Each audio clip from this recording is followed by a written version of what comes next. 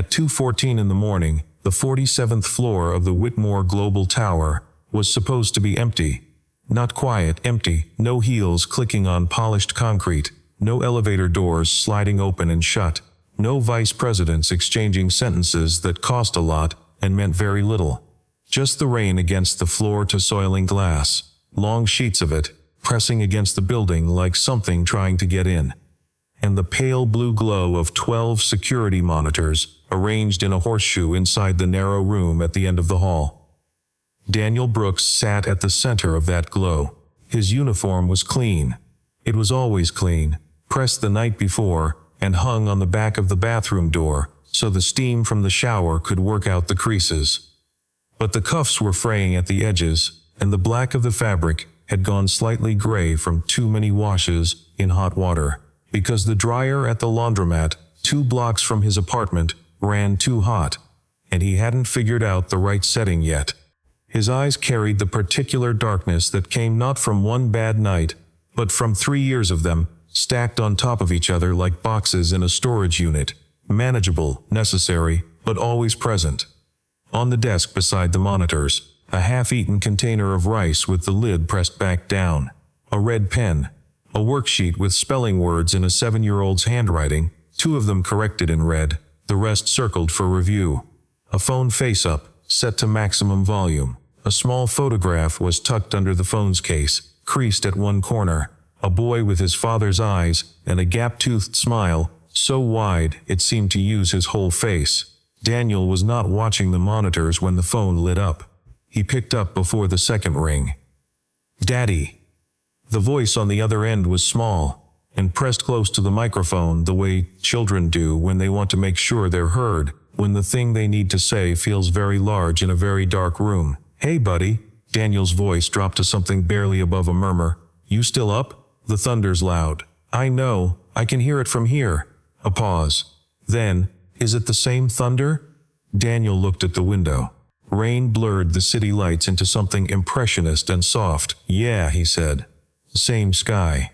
Caleb was 7 years old and afraid of thunderstorms in the specific, reasonable way that only children are. Not embarrassed about it, not performing it, just genuinely unnerved by the sound of something enormous moving through the dark above his ceiling. He had been this way since the night 14 months ago, when the power went out across most of their neighborhood, and he had sat in their apartment for 40 minutes, in complete darkness, before Daniel got home from work. Daniel had never forgiven himself for those 40 minutes, even though there was nothing to forgive, because the city's grid did not consult his schedule when it failed. "Daddy," Mrs. Carla said, "the thunder is just clouds bumping into each other." She's right. But why do they bump? Because they're big, and the sky's crowded. He kept his voice low and even, like something smoothed flat. "You know how at the cafeteria sometimes everybody's trying to get through the door at once?" Caleb made a small sound, thinking. "That's what clouds do. It's just traffic, cloud traffic." "Exactly. Very loud cloud traffic." A beat of silence. Then another roll of thunder, deeper this time, and Caleb's breath caught audibly on the other end of the line. Daniel didn't hesitate. He began to hum. Just barely, not even a full note at first, more like the memory of a melody finding its shape. It was a song his mother had sung to him, a slow thing, without a famous name or a writer anyone had ever credited. The kind of song that lives only in certain families and gets passed down without being called a tradition, because to name it would make it self-conscious. He let it come out quietly, not performing it, just releasing it into the phone the way you'd hold a lamp in front of someone walking in the dark. He didn't notice when Trevor Miles and Ian Foster came down the hall. The 2 of them had been in a project review that had run 2 hours past when it should have ended, and they were carrying the particular irritability of men who worked hard in high-visibility roles and believed the effort entitled them to something the world kept failing to provide. Trevor was 31, sharp-jawed, with the practiced confidence of someone who had learned very early that conviction was a better substitute for accuracy than most people realized. Ian was 2 years older, quieter, the kind of person who did most of his damage through agreement rather than initiative. Trevor stopped, at the door of the security room. He stood there for a moment, head tilted slightly, processing what he was hearing. Then something shifted in his expression, not pure contempt, but close to it, the particular look of a man who has decided another man's tenderness is a problem to be observed and catalogued.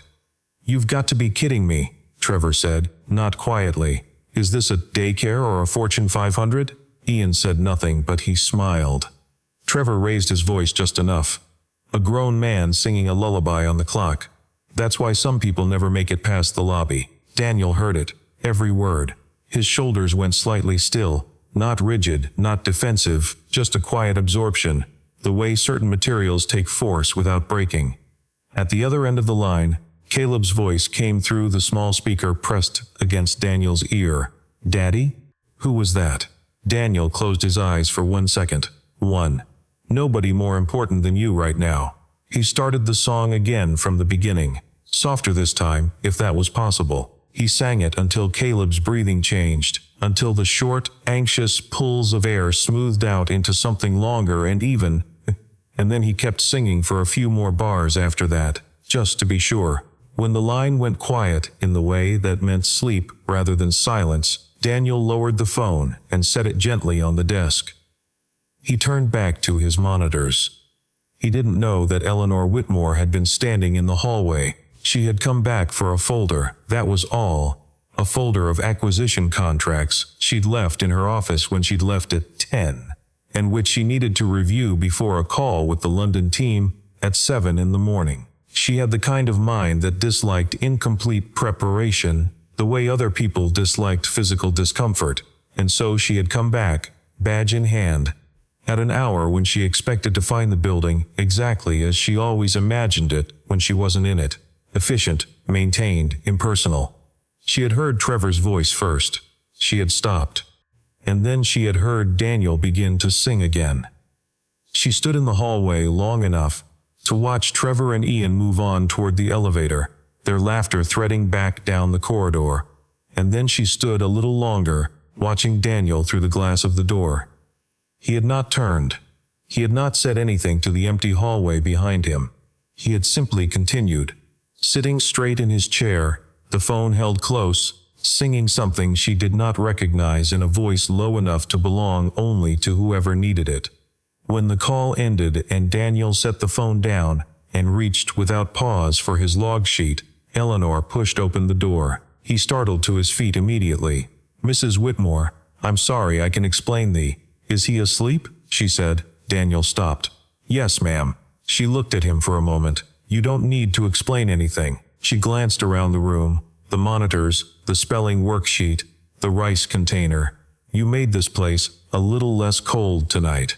She paused. "I'm not sure that's happened in a while." Daniel didn't know what to do with that. He stood with his hands at his sides, in the practiced neutrality of a man who had learned that the safest response to any unexpected kindness from an employer was to say as little as possible and wait. Eleanor left him to it. She took her folder and went. If you're watching tonight and wondering what a man sounds like when he's holding everything together with both hands, drop a comment and let us know where you're watching from. Now, to understand what Daniel was protecting, you need to go back a few hours. The school was 3 blocks from their apartment, which Daniel had chosen deliberately when he moved them there after the separation. Close enough that Caleb could walk with friends on days Daniel couldn't get off work early, far enough from the main road that the cars were slow. He picked Caleb up at 3:15 every afternoon, arriving before the bell, so he was always visible from the entrance, always the first parent Caleb saw when the doors opened. That Tuesday, Caleb had come out carrying a folded piece of paper in one hand and his backpack straps in the other, because the bag was almost as big as he was, and he'd learned to stabilize it from the front rather than the back. "Dad," he said, the way he said it when there was something immediately on his mind, skipping any preamble. "Is a security guard the same as a bodyguard?" Daniel fell into step beside him. "Why?" "Marcus said his dad is a lawyer, and lawyers have bodyguards. I said you're a security guard, and he said that's different." "Marcus is 7. So?" Daniel thought about this for the length of one city block. The light turned green. They crossed. A security guard stands between a building and whatever wants to hurt it, he said finally. A bodyguard stands between a person and whatever wants to hurt them. Both of them decide every day that the thing they're protecting matters more than whether anything comes for them. Caleb chewed on this. Which one are you? Both, Daniel said. Just not for famous people. Caleb seemed to find this satisfying enough. He unfolded the piece of paper, a drawing of a shuttle, rendered in blue crayon with impressive structural detail for someone who had been on the planet for 84 months. We're doing a project on space exploration. Can we go to the Science Museum? We've been saving for it. How much more? 2 more weeks. Caleb nodded with the dignity of someone who understood fiscal patience.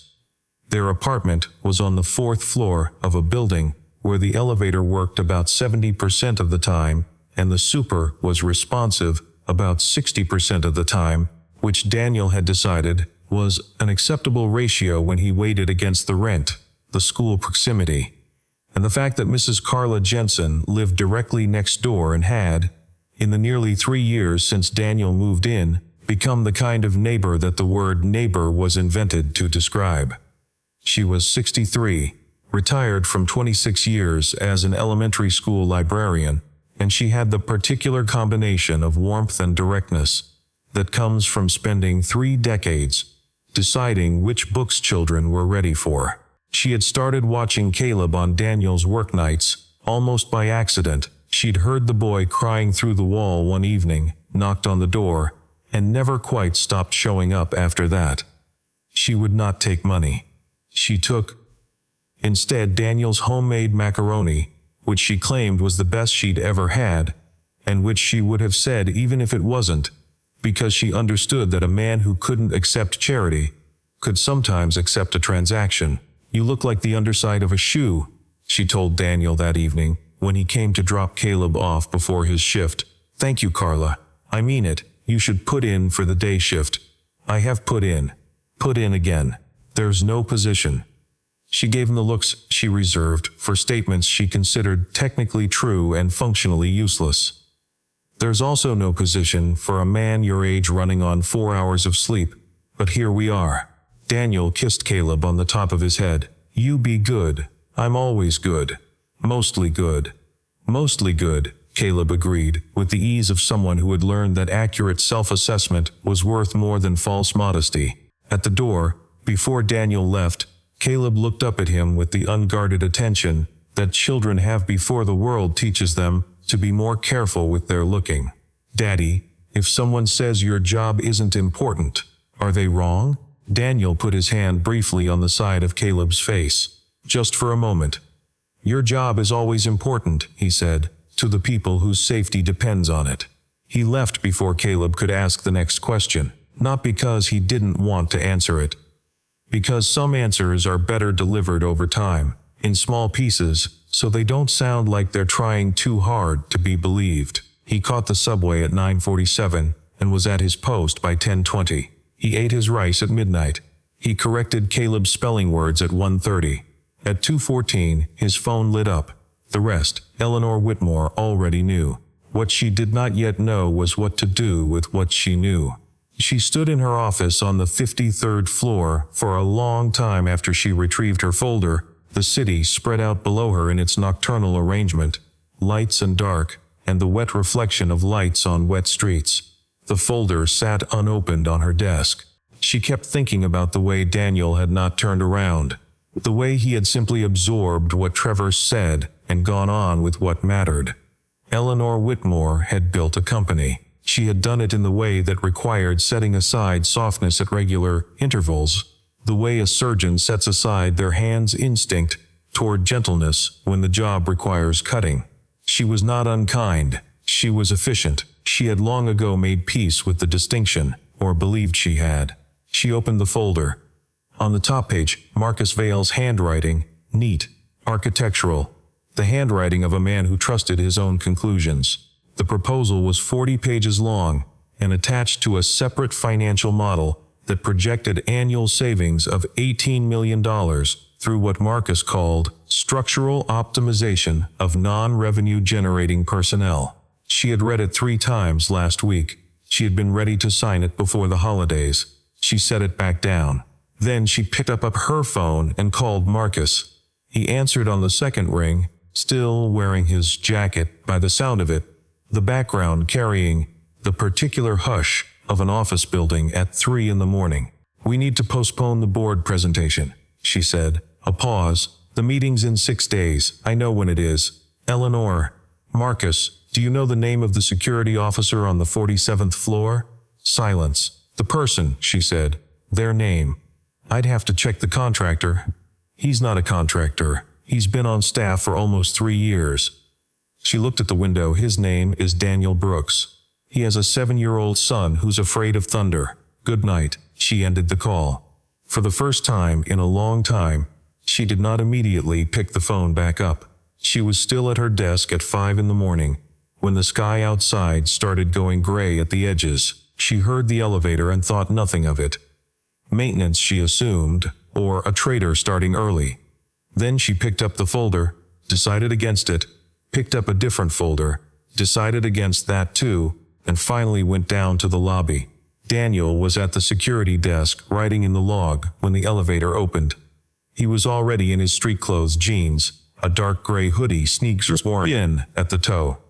Heading out, the morning shift would arrive in 40 minutes, and he would be on the subway before the city fully woke up, back in the apartment before Caleb opened his eyes. Trevor Miles passed through the lobby at that exact moment, coffee in hand, already on his phone, catching the early car service to a breakfast meeting he'd posted about on the company intranet. He saw Daniel at the desk and smiled the small, private smile of someone replaying something they'd already filed as a win. "Hope the bedtime show didn't run overtime," Trevor said, not breaking stride. Daniel looked up. Said nothing. An older guard named Walter, 58 years old and 3 years from retirement, stood nearby at the visitor check-in station. He heard it. His jaw tightened. The elevator opened again. Eleanor stepped out, carrying 2 cups of coffee from the machine on the executive floor. The good one. The one nobody invited the building's staff to use. She crossed the lobby without looking at Trevor, who had frozen beside the door. She offered one of the cups to Daniel. "I wasn't sure how you take it," she said. "I brought it black, but I left the sweetener on the counter if you want to go back up." Daniel looked at the cup. At her. "Black is fine." She sat down on one of the lobby benches with her own cup, and the particular posture of someone with questions they've organized into a particular order. "How long have you been on the night shift?" she asked. "Almost 3 years. And during the day? Sleep when I can." He paused. "Pick up my son at 3:15. You've requested a schedule change before?" He looked at her carefully. "Once, about a year into the job. Was told there were no daytime positions in security at this location. Were you given a timeline for review?" "No, ma'am." Eleanor let him finish. She held the coffee with both hands, looking not at him but at some middle distance. "My company has a policy that says employees can request schedule modifications for caregiving responsibilities. Are you aware of that?" "I wasn't. Neither was the person who denied your request, apparently." She met his eyes, or they chose not to be. Daniel said nothing. "I think it's a data failure," she said. "I run an enormous company, and I know the operating margins on every floor of this building. I don't know anything about the operating conditions of the people who make those margins possible." She paused. "What you said to your son last night, about the thunder, I heard that." Daniel's expression didn't change, but something behind it did, very slightly. "Caleb calls when he's scared," he said. "You answered immediately, in the middle of a shift. He's 7. She nodded slowly. "And that was your first instinct, not to silence the phone, not to put it off, not to manage it later. Your first instinct was your son." She took a drink of coffee. "I've been in this industry for 22 years. I can tell you most people in senior leadership would have let it ring." He looked at her steadily. "I'm not in senior leadership." "No," Eleanor said, "you're not." She stood, and her posture changed slightly, not warmer exactly, but more deliberate. "I'd like to have a longer conversation with you. Not today. You should go home and sleep. She extended her hand. Daniel, he shook it. Mrs. Whitmore. Eleanor. He didn't repeat it. But something in how he held himself, for the rest of that morning, walking to the subway in the early November gray, suggested he had filed it somewhere real. It took Eleanor 2 days to pull the numbers. Not the numbers she already had, the revenue models, and the efficiency projections, and the board-approved budgets. But the other numbers, the ones her HR director Nora Patel had never been asked to compile, because nobody had asked a question shaped the right way to produce them. She went to Nora's office on Wednesday morning and closed the door. I need a report, she said. That doesn't exist yet. Nora was 39, precise, methodical, the kind of person who managed people through the reliable medium of systems rather than intuition. She was good at her job in the way that required following well-built structures. And she had not previously had cause to question whether the structures themselves might be the problem.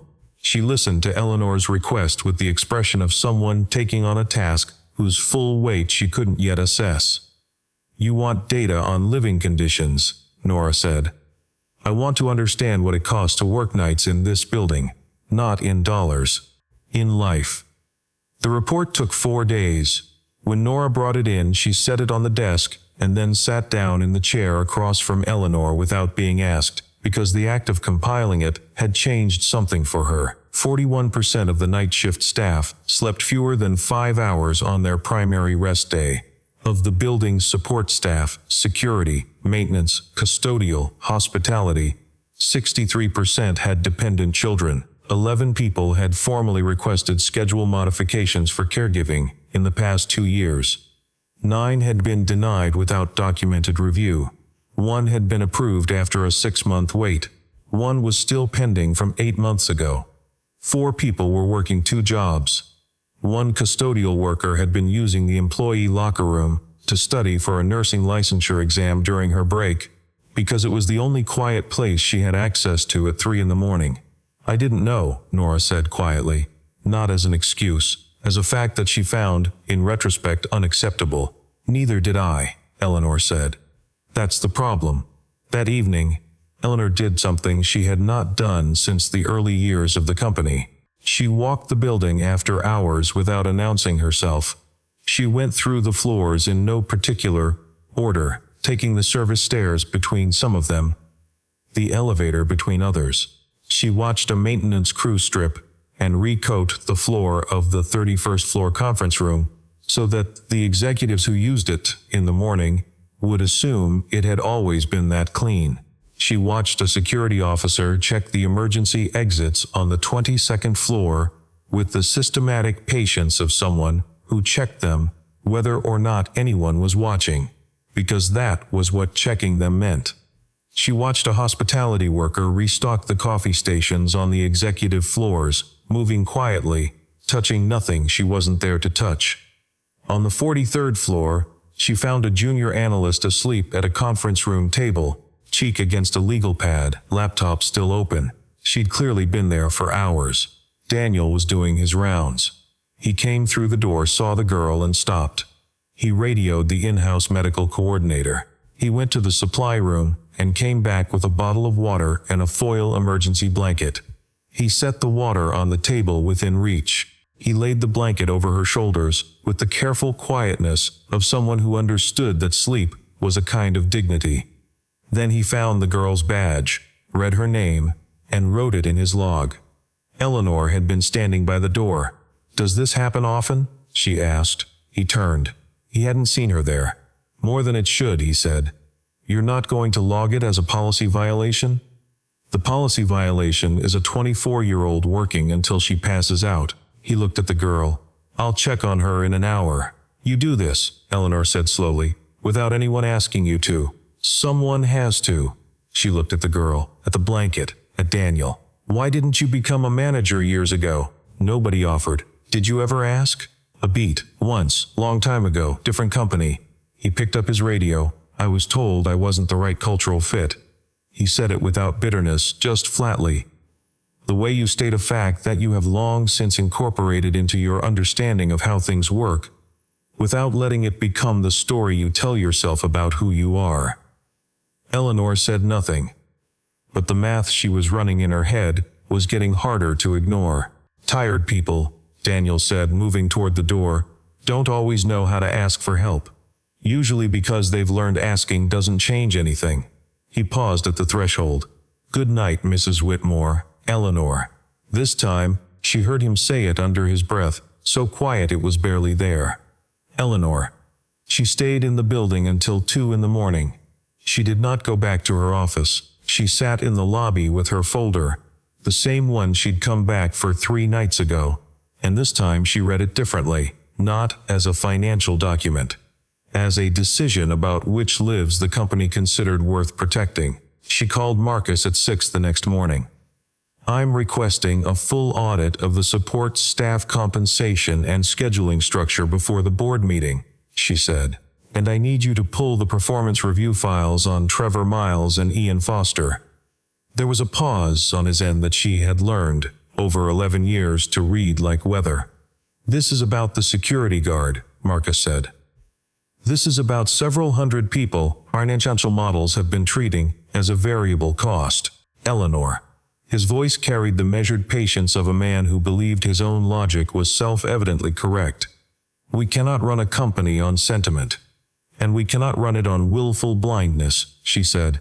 Pull the files. The board meeting was held on a Thursday, in the long glass room, on the 55th floor with the view of the entire eastern skyline and the leather chairs that cost more than Daniel's monthly salary. Marcus presented his plan with the precision of someone who had been building toward this moment for 7 months. The slides were beautiful. Clean white backgrounds, minimal text, the kind of design that suggested certainty. The numbers were real. The savings were real. $18 million in the first year, 31 by the third if the automation rollout went as projected. He called it right-sizing the operational foundation. He said the words, non-revenue generating personnel 4 times. Eleanor let him finish. Then she asked him to pull up his list of non-revenue generating incidents. He didn't understand the request. She pulled up her own, a display on the main screen, compiled from 3 years of incident reports that Marcus had been summarizing upward rather than forwarding in full. 47 logged emergencies in the past 36 months, all of them resolved by support staff before they became visible to the executive floors.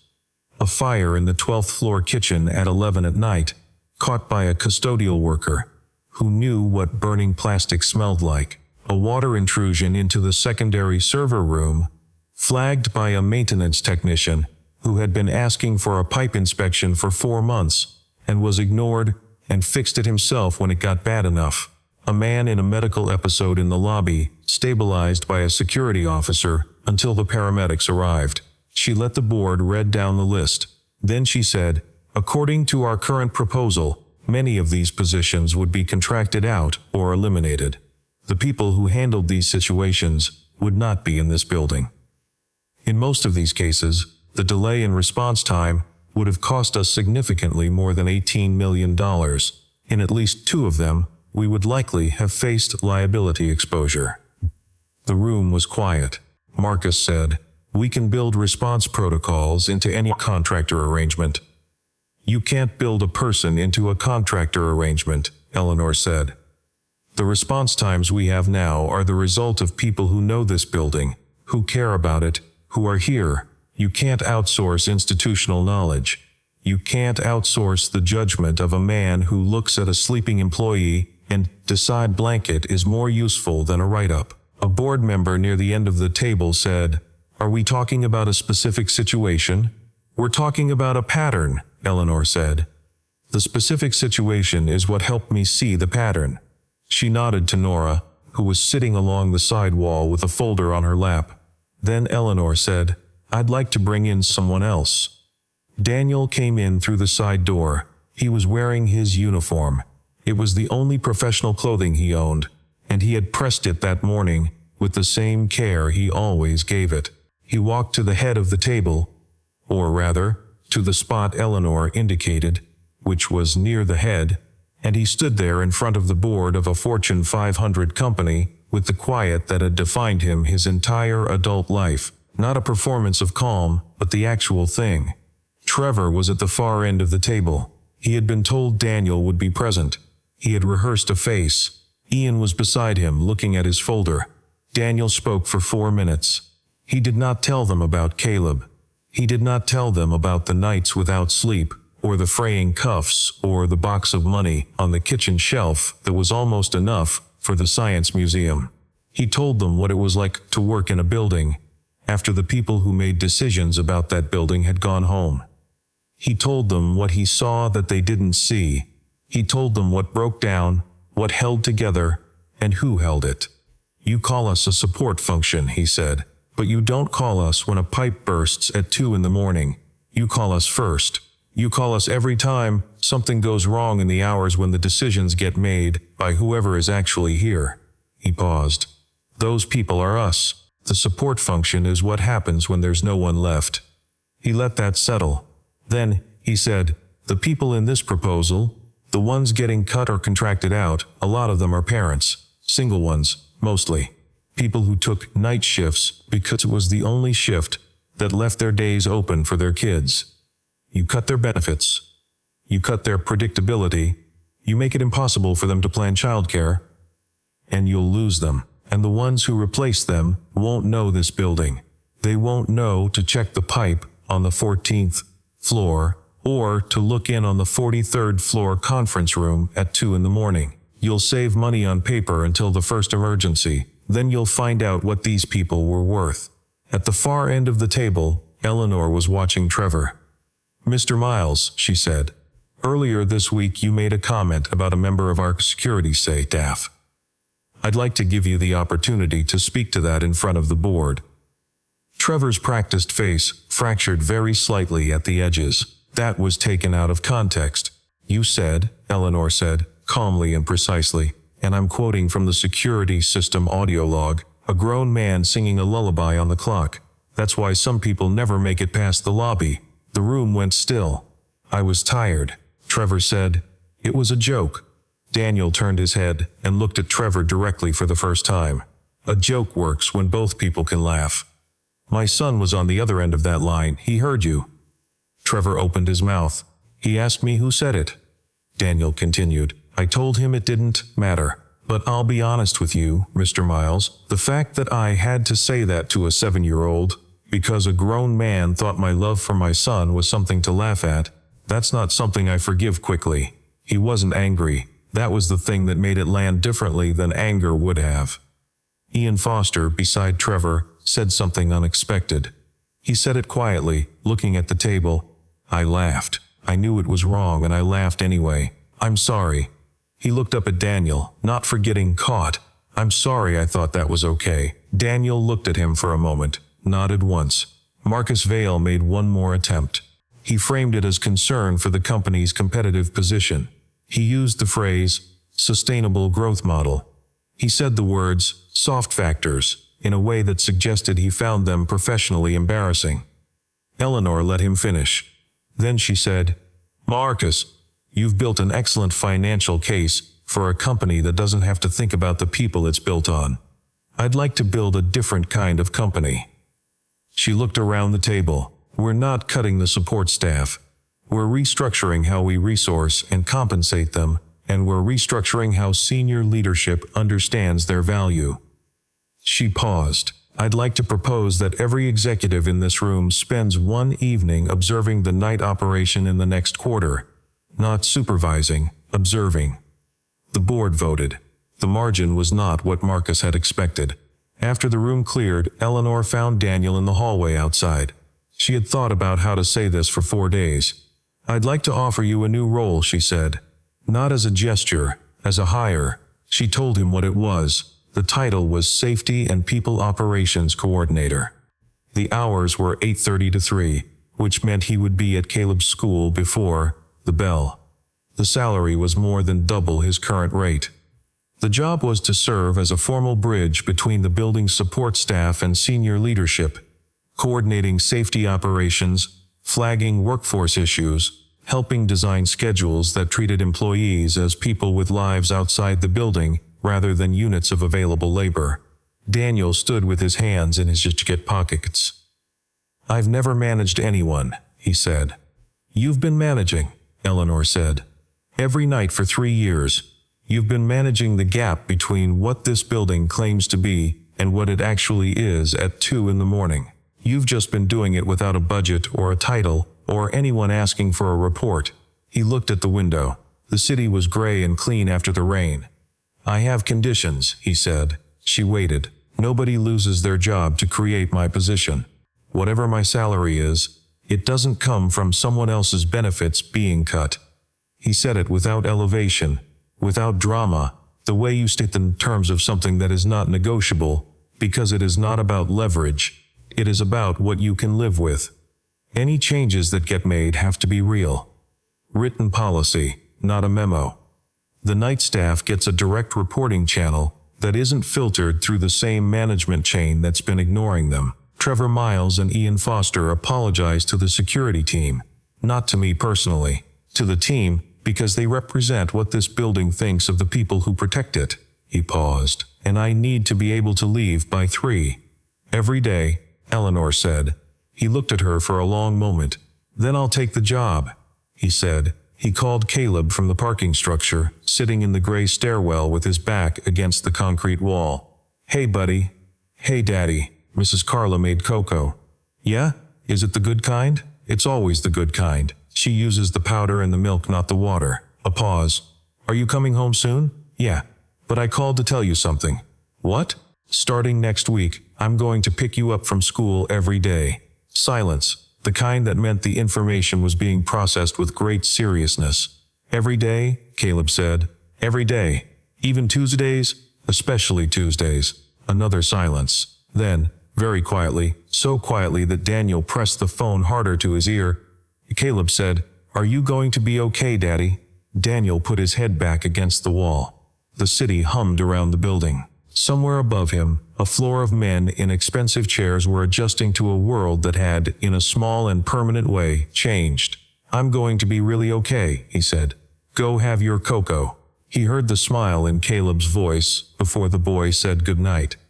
Mrs. Carla brought Caleb to the building the following Monday morning, 45 minutes before his school day started, because Caleb had asked to see the place where his father worked, and Daniel had asked Eleanor, and Eleanor had said yes immediately. They came through the front door into the main atrium, marble floors, the kind of height that made sound behave differently, morning light coming through the glass panels above the entrance and landing in long rectangles on the floor. Caleb stood in the entrance and looked up.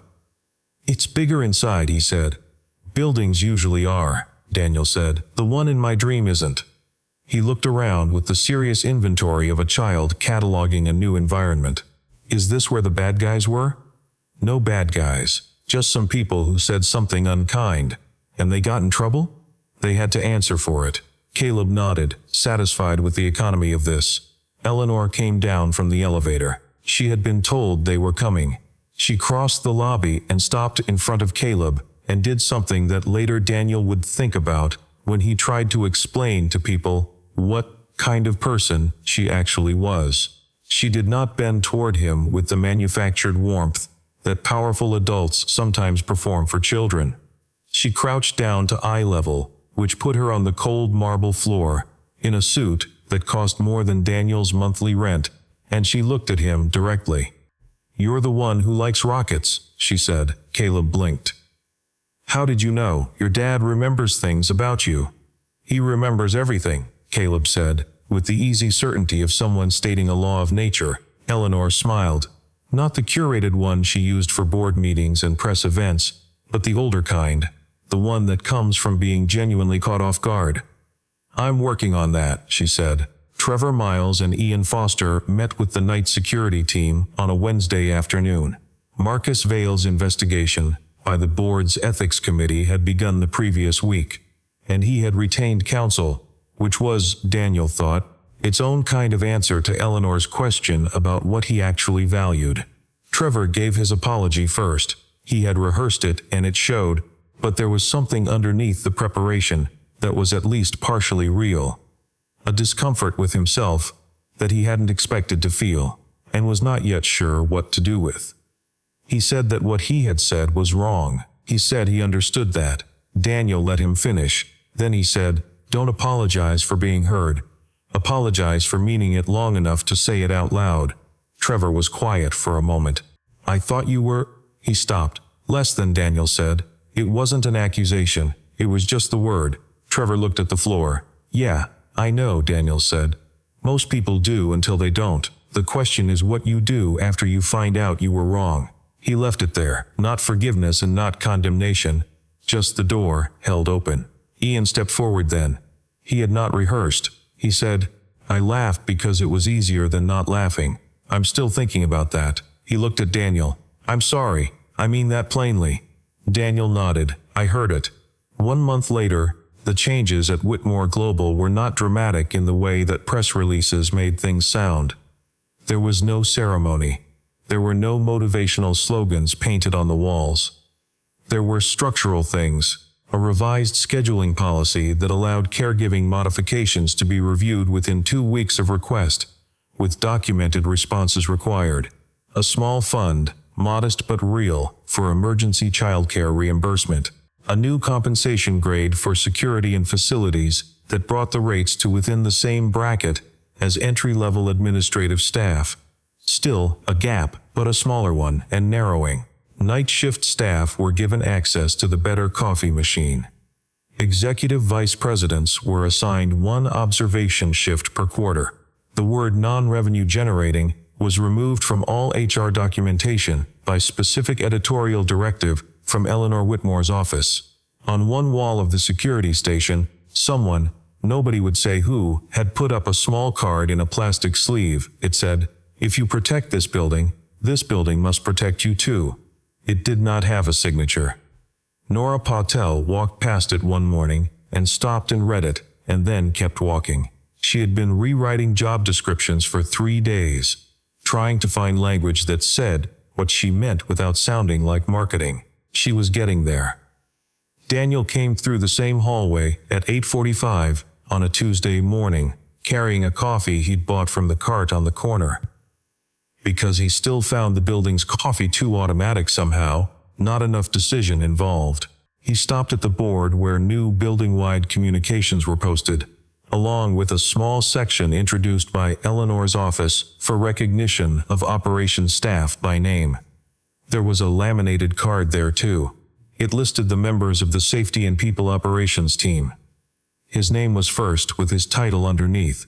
He read it the way he read most things, carefully, without rushing, making sure he actually saw what was there and not what he expected. He kept walking. In the weeks that followed, Caleb asked him one evening, during what had become their new routine. Homework at the kitchen table, dinner on the stove, the luxury of this ordinary evening, what the new job actually meant. Daniel thought about it. "You know how at school there's a custodian and a nurse and a crossing guard? Mr. Patterson and Mrs. Singh, and the crossing guard whose name I don't know. Right.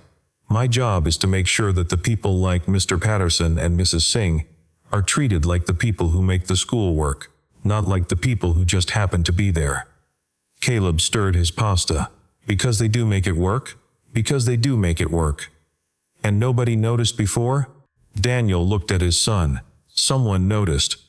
They just didn't have a title that meant anyone had to listen. Caleb thought about this for a long time, long enough that Daniel had finished plating their food and sat down and poured 2 glasses of water before Caleb spoke again.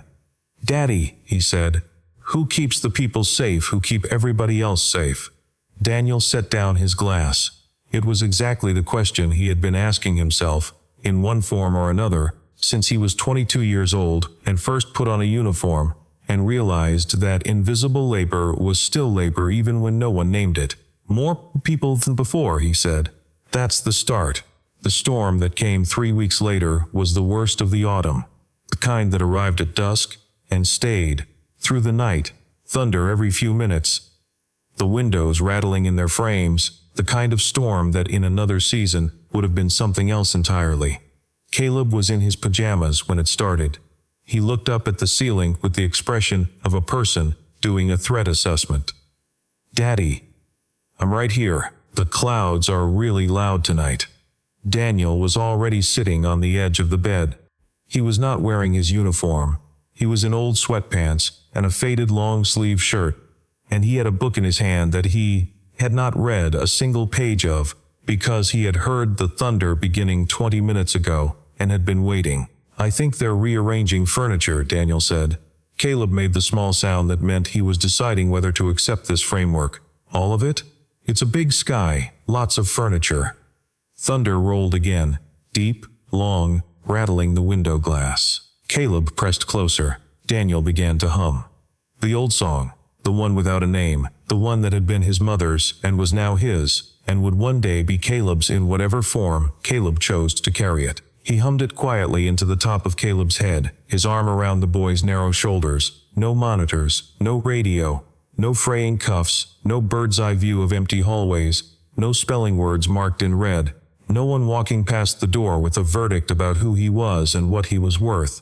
Just the rain, just the song, just the two of them in the small apartment that was theirs, on the 4th floor of the building, where the elevator worked most of the time, 3 blocks from the school, close enough to walk. Caleb's breathing was slowing. Before sleep took him entirely, he said, "Daddy, is the sky going to be okay?" Daniel looked at the window, the city beyond it, the lights in the dark and the wet reflection of one in the other. "Yeah," he said, "it's just making noise, because it's scared." "Maybe," Daniel said, "or maybe because it has a lot to say, and tonight's the night." Caleb said nothing more. Daniel kept humming until the storm moved past and the rain became gentler, and the city outside settled into the particular quiet that comes in the hours after something large has passed through and the world is deciding who it is on the other side. There are people who protect the building. There are people who make the decisions inside the building. And then there are people who assumed, for a very long time, that these were not the same kind of person. That the work done in full view was the work that mattered, and the work done in the corridors and the stairwells, and the small rooms with the monitors, was simply the cost of having a building at all. Daniel Brooks did not need the world to recalibrate itself around him. He needed his son to sleep through a thunderstorm without fear. He needed a schedule that made that possible. He needed to be paid for what his work was worth. Daniel didn't save a company. He reminded one of its leaders that a company is not what it declares itself to be in the lobby. It is what it does at 2 a.m. when no one important is watching. And more specifically, who it decides to see when it finally looks. This building learned that lesson because of a father who kept singing even when he was told he should be embarrassed to. The song had no author. It belonged to too many people, passed forward in the dark, for exactly the reasons it was needed. Some things don't require credit. They just require someone willing to keep going.